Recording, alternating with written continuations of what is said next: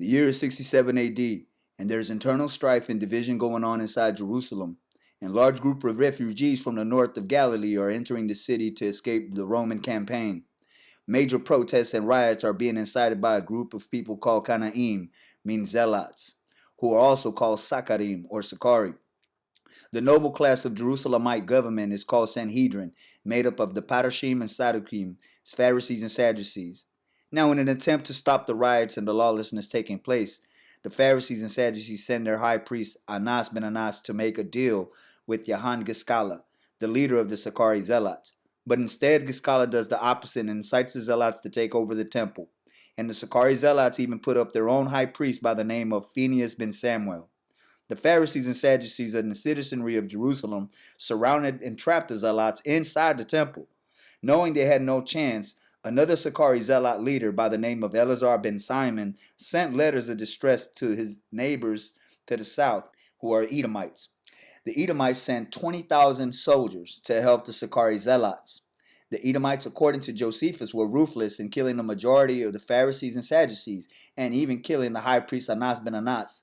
But once the Edomites found out that they were tricked by the Zealots, they repented and left Jerusalem, leaving the city more divided than it was.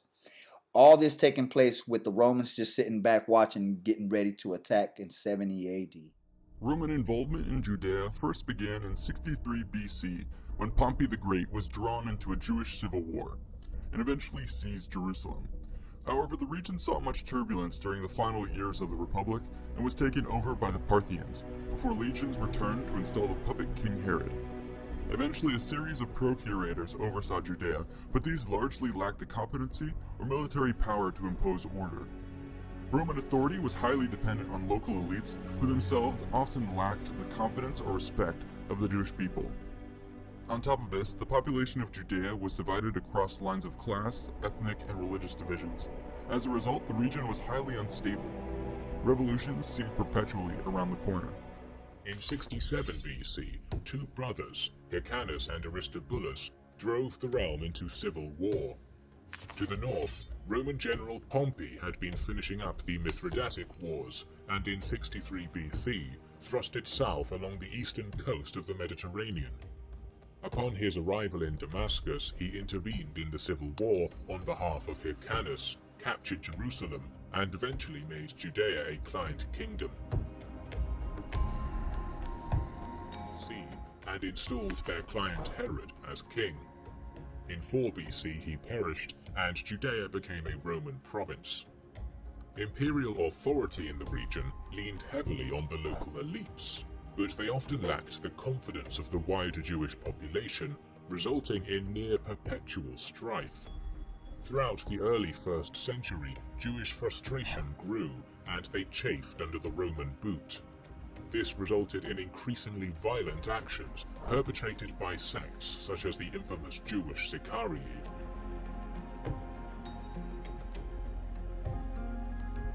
Judea was a powder keg, a tangle of class, ethnic, and religious divisions.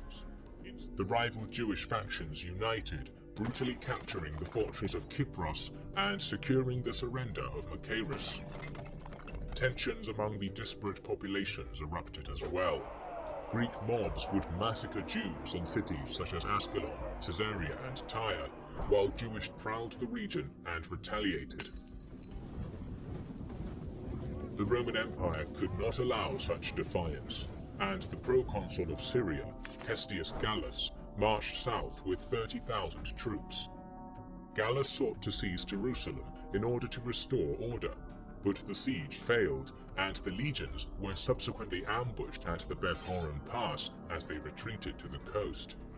Lightly armed Jewish rebels, wielding javelins, slings, and bows, encircled them and inflicted huge losses.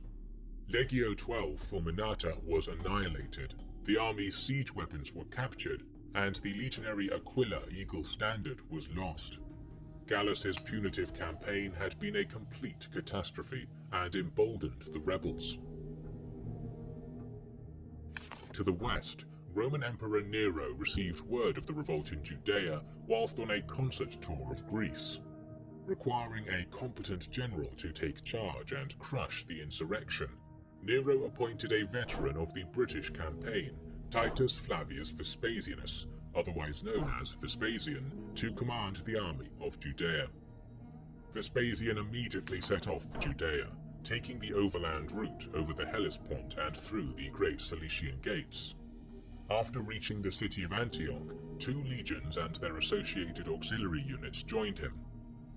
Vespasian marched south to Ptolemais, while his son, Titus, was sent to Alexandria in order to take command of another legion and march it north to join the main army. Meanwhile, reinforcements also arrived from the various local allies and clients. In total, the empire mustered around 60,000 troops to crush the revolt.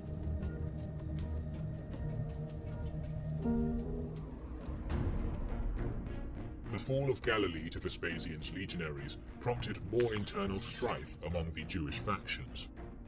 As the campaigning season of 68 AD began, Vespasian was in no hurry to intervene, stating that, since our enemies are busy dying by their own hands, the best course of action would be to stay as spectators instead of taking on fanatics who welcome death and are already busy murdering each other. Content to leave Jerusalem to its internal squabbling, the Roman general marched across the mountainous province of Perea and Judea proper, taking almost every settlement of note, one by one, laying waste to the countryside and slaughtering tens of thousands of civilians. The campaign ground to a halt with the news of Nero's death. The anarchy that followed was known as the Year of 4 Emperors and included a bid for power by Vespasian on July 1st, 69 AD. By the summer of 70 AD, he had come out the victor and set sail for Rome to claim his prize. Titus was left in command of the Judean campaign with instructions to put an end to the Jewish uprising. This, of course, meant the long-delayed assault on Jerusalem, home to the rebel leaders and the heart of the resistance. Titus began the Jerusalem campaign in spring of 70 AD, departing Alexandria and marching up the Mediterranean coast towards Caesarea. The army assembled there was even larger than that commanded by Vespasian in the previous years. At its core were 4 Roman legions: Legio 15 Apollinaris, Legio 5 Macedonica, Legio 10 Fretensis, and Legio 12 Fulminata. In addition, 20 cohorts of auxiliary infantry, 8 alae of cavalry, and many thousands of native troops were present, commanded by the Roman client kings in the region. This was a massive force, totaling around 70,000 troops.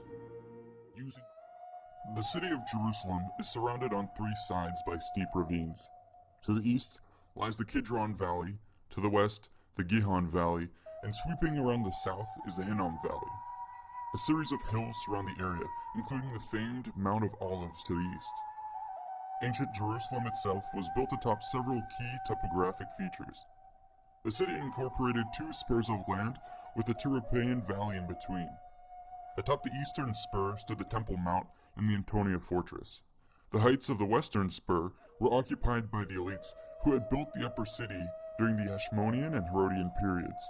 In the middle of these 2 areas sprawled the more ancient and crowded lower city, which held most of the population.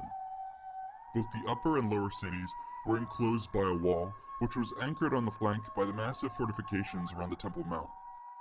Inevitably, the population outgrew its bounds, and the second city was developed north of the first wall. This exposed position was soon surrounded by a second wall, which ran from the Antonia in the east to the Genoth Gate in the west. By the 1st century AD, yet another suburb had sprung up to the north, known as the New City. Once again, expansion necessitated fortifications, and in 41 AD, Herod Agrippa commissioned the construction of the third wall. The principal leaders were Simon Giores, who laid claim to the upper city, and John of Giscala, who was based out of the Temple Mount. Simon led the larger of the 2 forces, which included 10,000 men under 50 officers and 6,000 allied Idumeans under 8 commanders. These troops garrisoned the first wall from the Kidron all the way to the Palace of the Kings. On the other side of the city, John had an armed following of around 6,000 men under 20 officers and was joined by Eleazar with his 2,400 zealots. These forces held the Temple Mount, along with the surrounding neighborhoods including the Ophel and the Tyropaian Valley.